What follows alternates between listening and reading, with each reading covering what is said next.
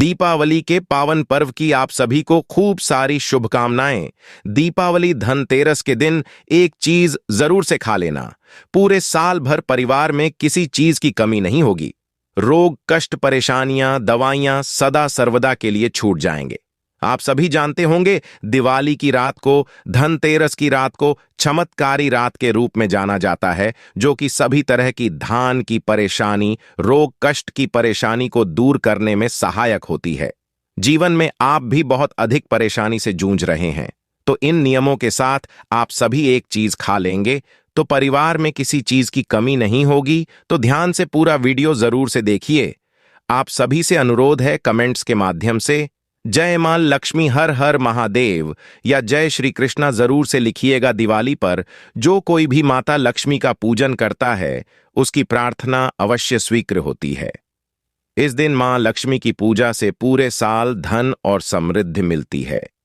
दिवाली पर ज्यादातर लोग घर में माता लक्ष्मी का पूजन सामान्य दिनों की तरह ही करते हैं, जबकि मंदिरों में इनकी पूजा कई विशेष चरणों में होती है। अगर इस दिवाली आप भी लक्ष्मी जी का पूजन पंडितों की तरह करना चाहते हैं, तो कुछ खास बातों पर ध्यान दें।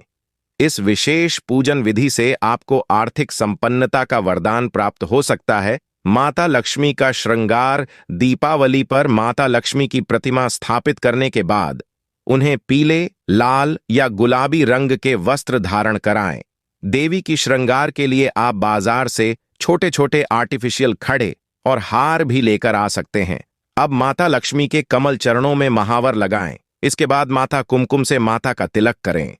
मां लक्ष्मी का पूर्ण श्रृंगार करने के बाद उनकी विधिवत पूजा से धन धान्य का वरदान प्राप्त होता है। कैसे करें दीपावली की पूजा? दीपावली का पूजन के लिए लाल, पीले और चमकदार रंग के वस्त्र धारण करें। सबसे पहले पूर्व दिशा या ईशान कोण में एक चौकी रखें। चौकी पर लाल या गुलाबी वस्त्र बिछाएं। पहले भगवान गणेश की प्रतिमा स्थापित करें, फिर उनके दाहिने और लक्ष्मी जी को रखें। आसन पर बैठें और अपने चारों ओर जल छिड़क लें। इसके बाद संकल्प लेकर पूजा आरंभ करें। पहले एक मुट्ठी घी का दीपक जलाएं, फिर मां लक्ष्मी और भगवान गणेश को फूल और मिठाइयां अर्पित करें। इसके बाद पहले भगवान गणेश जी महाराज का विधि विधान से पूजन करें। उन्हें दूर्वा सुपारी चढ़ाई और साथ ही उसके बाद माता लक्ष्मी का विधि विधान से पूजन करें। किसी भी पवित्र स्थान पर दीपदान करने के लिए सबसे पहले तन और मन से पवित्र होना बहुत जरूरी माना गया है। इसके बाद आप मिट्टी के दिए में शुद्ध घी या तेल डालकर उस स्थान पर ले जाकर किसी पत्ते या आसन पर दिए को रखें।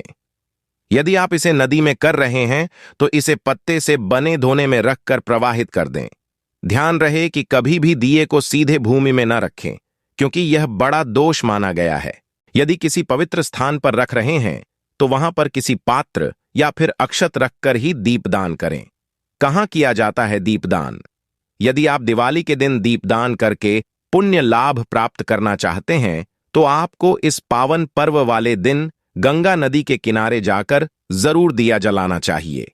गंगा तट पर न सिर्फ कार्तिक मास की अमावस्या यानी दिवाली, बल्कि देव दीपावली के दिन भी दीपदान करने का महत्व माना गया है। मान्यता है कि इस दिन पृथ्वी पर सभी देवी देवता दिवाली मनाने के लिए आते हैं। काशी में इस दिन गंगा तट पर हजारों की संख्या में दिए जलाए जाते हैं। गंगा तट के अलावा आप दिवाली पर किसी मंदिर, जल तीर्थ, पवित्र पेड़, खेत खलिहान, पुस्तक, तिजोरी, अन्न के भंडार आदि के पास भी दीपदान कर सकते हैं। दीपदान के अचूक उपाय। हिंदू मान्यता के अनुसार दिवाली के दिन दीपदान करने पर व्यक्ति को धन की देवी मां लक्ष्मी का विशेष आशीर्वाद प्राप्त होता है। मान्यता है कि दिवाली के दिन जो व्यक्ति अपने घर के मेन डोर के पास स्वास्तिक बनाकर शुद्ध घी का दिया जलाता है, उसके घर में मां लक्ष्मी का आगमन होता है। यदि आपके पास शुद्ध घी न हो, तो आप सरसों के तेल का दिया जलाकर इस पुण्य फल को प्राप्त कर सकते हैं। दीपदान के धार्मिक लाभ। हिंदू मान्यता के अनुसार दीपदान करने पर जो पुण्य फल प्राप्त होता है, उससे व्यक्ति को सुख सौभाग्य के साथ धन धान्य और आरोग्य की प्राप्ति होती है। मान्यता है दीपदान के पुण्य फल से अकाल मृत्यु का भय और नवग्रहों का दोष दूर होता है। दीपदान करने पर देवी देवताओं के साथ पितरों का भी आशीर्वाद प्राप्त होता है। दीपदान करने से जीवन की नकारात्मक ऊर्जा दूर और सकारात्मक ऊर्जा की प्राप्ति होती है। धनतेरस पर क्या खाएं? धनतेरस पर उत्तर भारत में छोटी कन्याओं का दही बताशे खिलाए जाते हैं। बताशे को गोलगप्पे भी कहते हैं, लेकिन इनमें पानी की जगह दही का इस्तेमाल किया जाता है।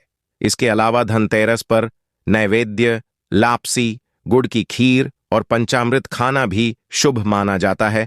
छोटी दिवाली पर क्या खाएं? हिंदू धर्म में मान्यताएं हैं कि कार्तिक मास की कृष्ण चतुर्दशी को पवन पुत्र हनुमान का जन्म हुआ था। बजरंगबली को बूंदी का प्रसाद बहुत प्रिय होता है, इसलिए इस दिन बूंदी के लड्डू खाना बहुत शुभ मान जाता है। भगवान को बूंदी के लड्डू का भोग लगाकर आप प्रसाद के रूप में इसका वितरण भी कर सकते हैं। दिवाली पर क्या खाएं? शुभ दीपावली पर मां लक्ष्मी को मखाने से बनी खीर का भोग लगाकर प्रसाद के रूप में उसका सेवन बहुत शुभ माना जाता है। इसके अलावा उत्तर भारत में कई जगहों पर दिवाली की रात सूरण यानी जिमीकंद की सब्जी खाने का भी चलन है। दिवाली के त्योहार और सूरण की सब्जी को इंसान की उन्नति और खुशहाली से जोड़ा जाता है। गोवर्धन पूजा पर क्या खाएं? दिवाली के अगले दिन गोवर्धन पूजा मनाई जाती है। इस दिन मालपुआ खाने की परंपरा होती है।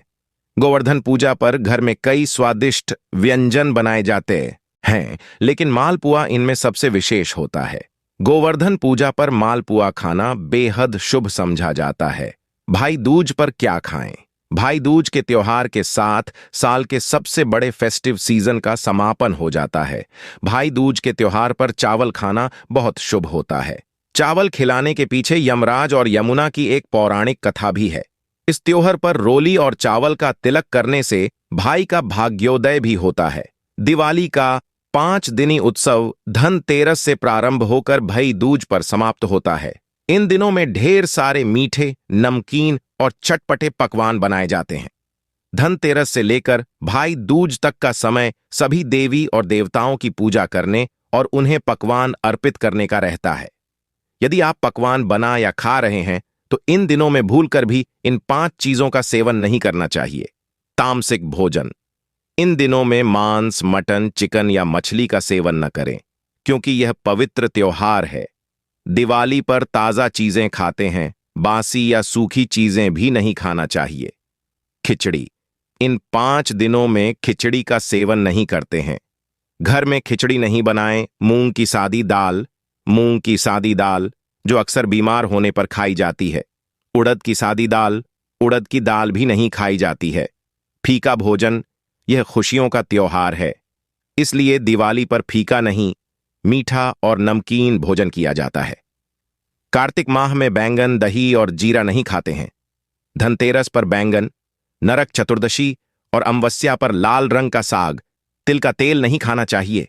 गोवर्धन पूजा के समय कुम्हड़ा पिड़ाया, भूरे कद्दू का पेठा और भाई दूज पर बैंगन और कटहल नहीं खाना चाहिए। उसके साथ ही एक जानकारी महत्वपूर्ण है कि आप सभी जो धनिया माता लक्ष्मी को समर्पित करते हैं उसे खाने के प्रयोग में कभी ना लें। वह गमले में आपको बोल चाहिए, गाय माता को खिलाना चाहिए और तिजोरी में आपको रख देना चाहिए। इस तरह से यह संपूर्ण जानकारी थी। वीडियो उचित रहा हो, चैनल को लाइक करें, शेयर करें, सब्सक्राइब करें।